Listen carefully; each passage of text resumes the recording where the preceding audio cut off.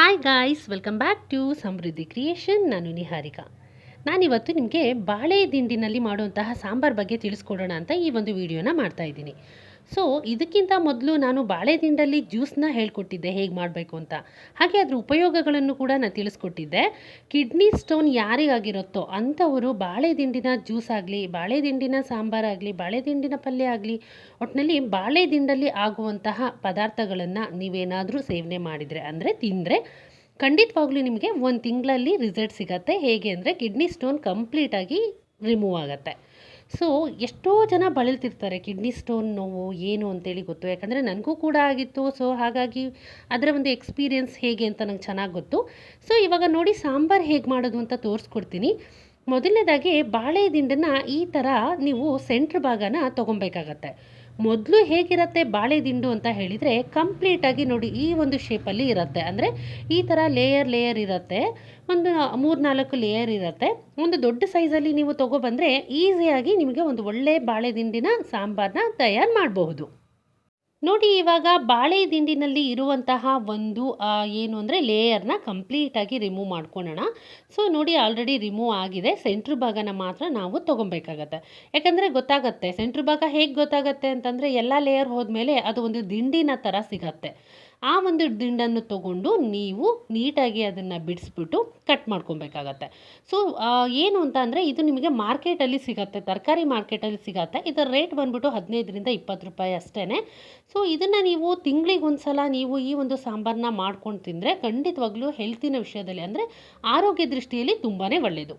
So ನೋಡಿ ಇವಾಗ ನಾನು ಈ ಥರ ಒಂದು ದೊಡ್ಡ ಪೀಸ್ಗಳನ್ನು ಮಾಡಿಕೊಂಡು ನೀರಿನಲ್ಲಿ ನೆನೆಸಿದ್ದೀನಿ. ಏನಕ್ಕೆ ನೀರಲ್ಲಿ ನೆನೆಸಿದ್ದೀನಿ ಅಂದರೆ ಅದು ಚೆನ್ನಾಗಿ ಏನಾದರೂ ಕೊಳೆ ಇದ್ದರೆ ವಾಶ್ ಆಗಲಿ ಅನ್ನೋ ಉದ್ದೇಶದಿಂದ ನೀರಲ್ಲಿ ನೆನೆಸಿದ್ದೀನಿ.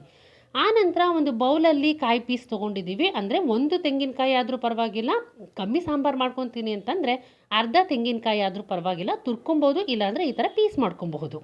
ನಂತರ ಏನು ಮಾಡಿದ್ದೀವಿ ಅಂತ ಅಂದರೆ ಕೊತ್ತಂಬರಿ ಬೀಜನ ಒಂದು ಚಿಕ್ಕ ಬೌಲಲ್ಲಿ ತೊಗೊಂಡಿದ್ದೀನಿ. ಒಂದು 1/2 ಕಪ್ ತೊಗೊಳ್ಳಿ, ಚಿಕ್ಕ ಬೌಲಲ್ಲಿ ಸಾಕು. ಇದನ್ನು ಚೆನ್ನಾಗಿ ನೀವು ಹುರ್ಕೊಬೇಕಾಗತ್ತೆ, ಅಂದರೆ ರೋಸ್ಟ್ ಮಾಡ್ಕೊಬೇಕಾಗತ್ತೆ. ಚೆನ್ನಾಗಿ ರೋಸ್ಟ್ ಮಾಡ್ಕೊಳ್ಳಿ, ತುಂಬ ಚಿಕ್ಕ ಉರಿಯಲ್ಲಿ ಮಾಡ್ಕೊಳ್ಳಿ, ಇಲ್ಲಾಂದರೆ ಅದೆಲ್ಲ ಕರಕಲಾಗ್ಬಿಡತ್ತೆ.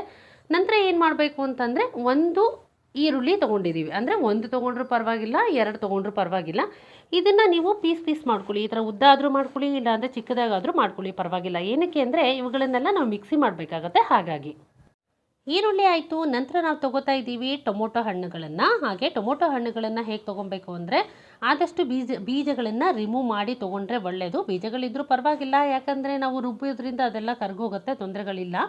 ಹಾಗೆ ಚಿಕ್ಕ ಪೀಸ್ಗಳನ್ನಾಗಿ ಮಾಡ್ಕೊಂಡಿದ್ದೀವಿ ಟೊಮೊಟೊಗಳನ್ನು. ಅಂದರೆ 2 ಟೊಮೊಟೊ ತೊಗೊಂಡಿದ್ದೀವಿ. ಒಂದು 7-8 ಬೆಳ್ಳುಳ್ಳಿ ಪೀಸ್ಗಳನ್ನು ಕೂಡ ತೊಗೊಂಡಿದ್ದೀವಿ. ಬೆಳ್ಳುಳ್ಳಿ ತುಂಬಾ ಒಳ್ಳೆಯದು, ಯಾಕಂದರೆ ಅದು ಆರೋಗ್ಯ ದೃಷ್ಟಿಯಲ್ಲೂ ಕೂಡ ಒಳ್ಳೆಯದು. ಯಾಕಂದರೆ ಸ್ವಲ್ಪ ಹೀಟಿನ ಅಂಶ ಇರೋದ್ರಿಂದ ಏನೇ ಕಿಡ್ನಿ ಸ್ಟೋನ್ಗಳಿದ್ರೂ ಕೂಡ ಕರಗೋಗುತ್ತೆ. ಹಾಗೆಯೇ ನೋಡಿ ನೆಕ್ಸ್ಟ್ ನಾವು ತೊಗೊತಿದ್ದೀವಿ ಒಂದು ಕೊತ್ತಂಬರಿ ಸೊಪ್ಪನ್ನ ಚೆನ್ನಾಗಿ ತೊಳ್ಕೊಂಡು ಒಂದು ಚಿಕ್ಕ ಬೌಲಲ್ಲಿ ತೊಗೊಂಡಿದ್ದೀನಿ. ಕೊತ್ತಂಬರಿ ಸೊಪ್ಪು ಆರೋಗ್ಯ ದೃಷ್ಟಿಯಿಂದ ಅದು ಕೂಡ ತುಂಬ ಅಂದರೆ ತುಂಬಾ ಒಳ್ಳೆಯದು. ವೆಯ್ಟ್ ಲಾಸ್ ಕೂಡ ಮಾಡುತ್ತೆ ಕೊತ್ತಂಬರಿ ಸೊಪ್ಪು. ಈಗ ನೋಡಿ ತೊಗರಿಬೇಳೆ ತೊಗೊಂಡಿದ್ದೀವಿ. ಈ ಒಂದು ತೊಗರಿಬೇಳೆನ ಏನು ಮಾಡಬೇಕು ಅಂತಂದರೆ ಒಂದು ಅರ್ಧ ಕಪ್ ತೊಗೊಬೇಕಾಗತ್ತೆ. ಬೇಳೆ ಹಾಕಿ ಈ ಒಂದು ಸಾಂಬಾರು ಮಾಡೋದ್ರಿಂದ ತುಂಬ ಟೇಸ್ಟಿಯಾಗಿರುತ್ತೆ. ಹಾಗೆಯೇ ತಿನ್ನಲಿಕ್ಕೂ ಕೂಡ ಒಂದು ಒಳ್ಳೆ ಮಜಾ ಸಿಗುತ್ತೆ. ಸೊ ನೋಡಿ ತೊಗರಿಬೇಳೆನ ತೊಗೊಂಡಿದ್ದೀನಿ, ಒಂದು 1/2 ಕಪ್ಪು ತೊಗರಿಬೇಳೆನ ತೊಗೊಂಡಿದ್ದೀವಿ. ನಂತರ ಇದನ್ನು ವಾಶ್ ಮಾಡ್ಕೊಬೇಕಾಗತ್ತೆ. ಡೈರೆಕ್ಟಾಗಿ ಯಾವುದೇ ಕಾರಣಕ್ಕೂ ಹಾಕಬಾರ್ದು. ಅದಾದ ನಂತರ ನಮಗೆ ಬೇಕಾಗತ್ತೆ ಖಾರದ ಪೌಡರ್. ಯಾಕಂದರೆ ಒಣಮೆಣಸಿದ್ರೂ ಹಾಕ್ಕೊಂಡ್ರೂ ಪರವಾಗಿಲ್ಲ, ಇಲ್ಲ ಅಂದರೆ ಖಾರದ ಪೌಡ್ರ್ ಇದ್ದರೆ ಇನ್ನೂ ಒಳ್ಳೆಯದು. ಯಾಕಂದರೆ ಸಾಫ್ಟಾಗಿ ರುಬ್ಲಿಕ್ಕೆ ಒಂದು ಹೆಲ್ಪ್ ಆಗುತ್ತೆ ಖಾರದ ಪೌಡರು. ನಿಮಗೆ ಯಾವುದು ಇಷ್ಟನೋ ಆ ಖಾರದ ಪೌಡರ್ ತೊಗೊಳ್ಳಿ. ನಂತರ ಏನು ಮಾಡಬೇಕು ಅಂದರೆ ಈ ಒಂದು ಖಾರದ ಪೌಡರ್ನ ನಿಮಗೆ ಎಷ್ಟು ಖಾರ ಬೇಕು ಅನ್ನೋದು ಡಿಪೆಂಡ್ ಮಾಡಿಕೊಂಡು ನೀವು ತೊಗೊಬೇಕಾಗತ್ತೆ. ಸ್ವಲ್ಪ ಖಾರ ಜಾಸ್ತಿ ತಿಂತೀನಿ ಅನ್ನೋರು ಸ್ವಲ್ಪ ಜಾಸ್ತಿ ತೊಗೊಳ್ಳಿ, ಕಮ್ಮಿ ಬೇಕು ಅನ್ನೋರು ಕಮ್ಮಿ ತೊಗೊಳ್ಳಿ. ಈಗ ನೋಡಿ ನಾನು ಹೇಳಿರೋಂತಹ ಎಲ್ಲ ಇಂಗ್ರೀಡಿಯೆಂಟ್ಸ್ ನಿಮಗೆ ಒಟ್ಟಿಗೆ ತೋರಿಸ್ತಾ ಇದ್ದೀನಿ. ಟೊಮೊಟೊ ಆಗಿರ್ಬೋದು, ಕೊತ್ತಂಬರಿ ಸೊಪ್ಪು ಆಗಿರ್ಬೋದು, ಕಾಯಿ ಆಗಿರ್ಬೋದು, ತೆಂಗಿನ ತುರಿ ಎಲ್ಲ ಕೂಡ ನಾನು ನಿಮಗೆ ತೋರಿಸ್ತಾ ಇದ್ದೀನಿ.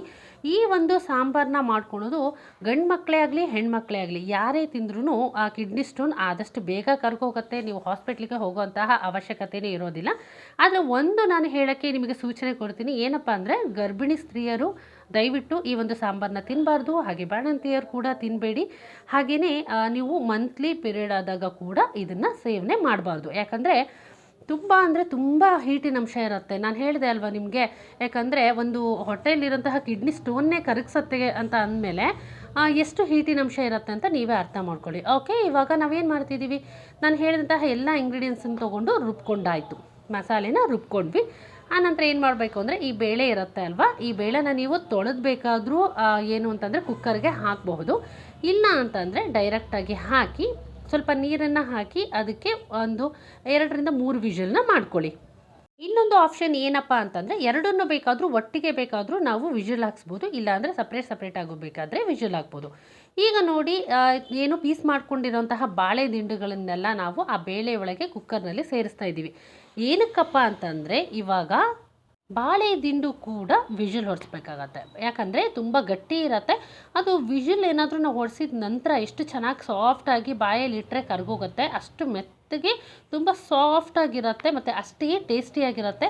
ನಾವು ಬಾಳೆ ದಿಂಡಿನ ಸಾಂಬಾರು ತಿಂತಾ ಇದ್ದೀವಿ ಅಂತ ಎಲ್ಲೂ ಕೂಡ ನಮಗೆ ಫೀಲ್ ಆಗೋಲ್ಲ. ಏನೋ ಒಂದು ತರಕಾರಿ ತಿಂತಾ ಇದ್ದೀವೇನೋ ಅನ್ನೋ ಫೀಲ್ ಬರುತ್ತೆ. ಅಷ್ಟು ಸಾಫ್ಟಾಗಿರುತ್ತೆ, ಅಷ್ಟು ಟೇಸ್ಟಿಯಾಗಿರುತ್ತೆ. ಸೊ ನೋಡಿ, ಇವಾಗ ಏನು ಮಾಡ್ತಾ ಇದ್ದೀವಿ ಅಂದರೆ, ಆ ಬೇಳೆ ಮತ್ತು ಬಾಳೆ ದಿಂಡು ಏನು ಹಾಕಿದ್ದೀವೋ ಅದಕ್ಕೆ ನಾವು ಉಪ್ಪನ್ನು ಹಾಕ್ತಾಯಿದ್ದೀವಿ.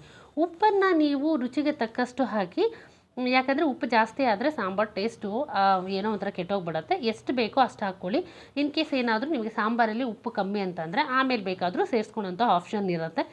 ಏನಾದರೂ ಅಕಸ್ಮಾತಾಗಿ ಉಪ್ಪೇನಾದರೂ ಜಾಸ್ತಿ ಆಗಿಬಿಡ್ತು ಅಂತಂದರೆ ಆಮೇಲೆ ಕಮ್ಮಿ ಮಾಡೋದು ತುಂಬಾ ಕಷ್ಟ ಆಗುತ್ತೆ. ಆ ಉದ್ದೇಶದಿಂದ ರುಚಿಗೆ ತಕ್ಕಷ್ಟು ಉಪ್ಪನ್ನು ಯೂಸ್ ಮಾಡೋದು ತುಂಬ ಒಳ್ಳೆಯದು.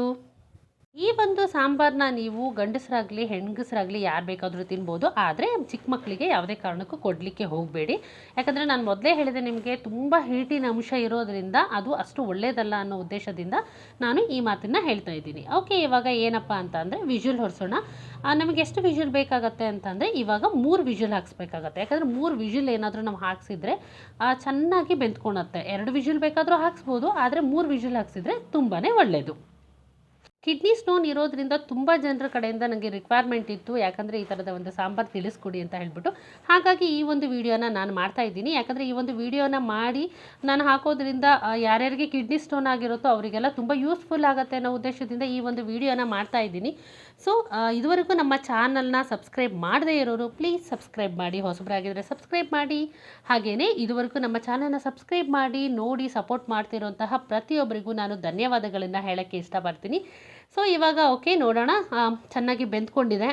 ಬೆಂದ್ಕೊಂಡ ನಂತರ ಏನಪ್ಪ ಅಂತಂದರೆ, ನಾವು ರುಬ್ಕೊಂಡಂತಹ ಮಸಾಲೆನ ಇದಕ್ಕೆ ಸೇರಿಸ್ಬೇಕಾಗತ್ತೆ. ನೋಡಿ ಎಷ್ಟು ಈಸಿ ಮೆಥಡ್ ಇದೆ ಅಂದರೆ, ಈ ಒಂದು ಸಾಂಬಾರನ್ನ ನೀವು ಜಸ್ಟ್ ಒಂದು 15 ಮಿನಿಟ್ಸಲ್ಲಿ ತಯಾರು ಮಾಡ್ಕೊಬೋದು.